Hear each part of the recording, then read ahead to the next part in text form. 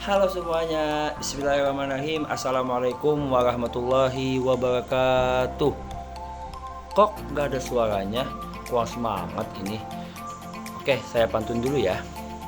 Jalan-jalan ke rumah Bang Mamat, jangan lupa memberi tomat. Kalau buhan pian umat nabinya Muhammad, maka jawablah salam ulun dengan semangat. Assalamualaikum warahmatullahi wabarakatuh. Nah, kedengaran juga sih. Oke, baik, perkenalkan nama saya Muhammad Idi Iqbal. Saya mahasiswa UIN Sari Banjarmasin, Fakultas Tarbiyah dan Keguruan, jurusan Pendidikan Agama Islam.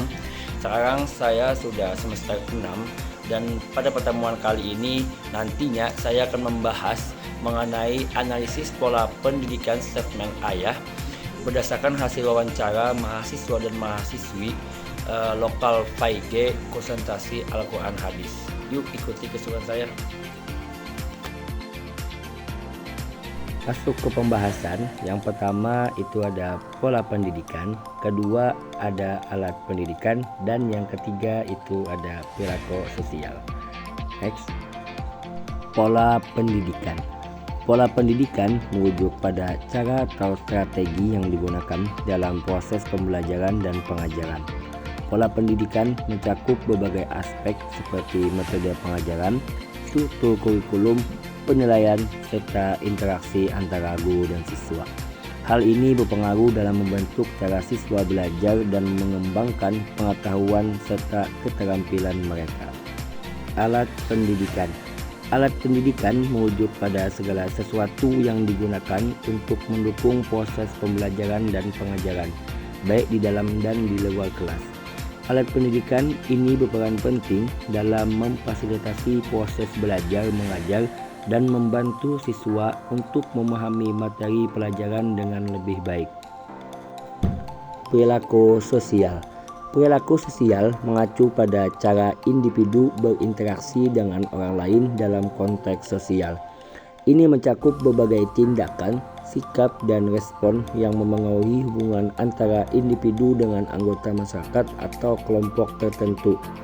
Perilaku sosial mencakup norma-norma, nilai-nilai, dan ekspektasi yang diharapkan dari individu dalam berbagai situasi sosial. Selanjutnya, hasil pengumpulan data yang berdasarkan hasil wawancara mahasiswa-mahasiswi lokal PAIG UIN Antasari Banjarmasin tentang pola pendidikan yang diterapkan di keluarga segmen ayah. Yang pertama itu ada demokratis, ada 16 orang. Kedua, laissez-faire, ada 1 orang. Dan yang ketiga itu otoriter, ada 5 orang.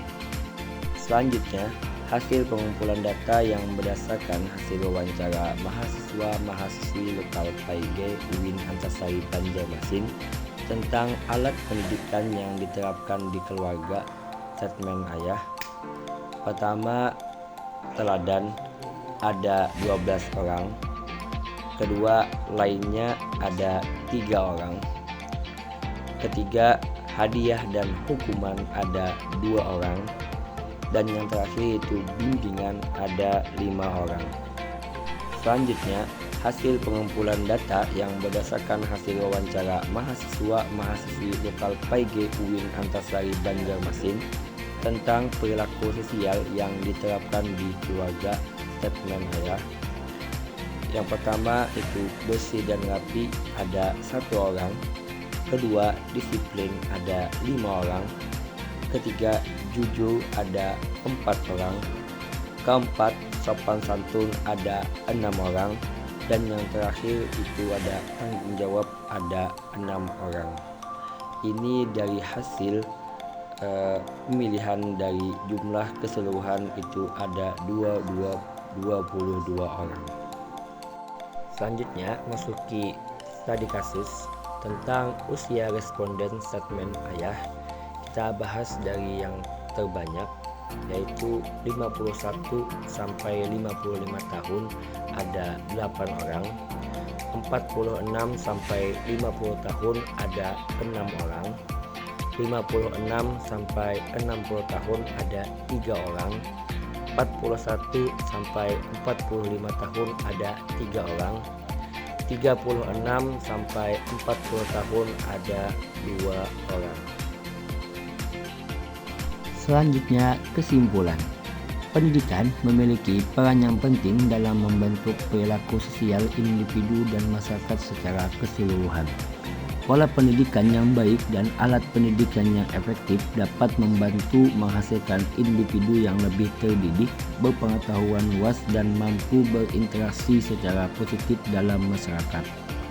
Perilaku sosial yang dihasilkan dari pendidikan yang baik dapat membantu dalam membangun komunitas yang harmonis dan mengurangi konflik sosial.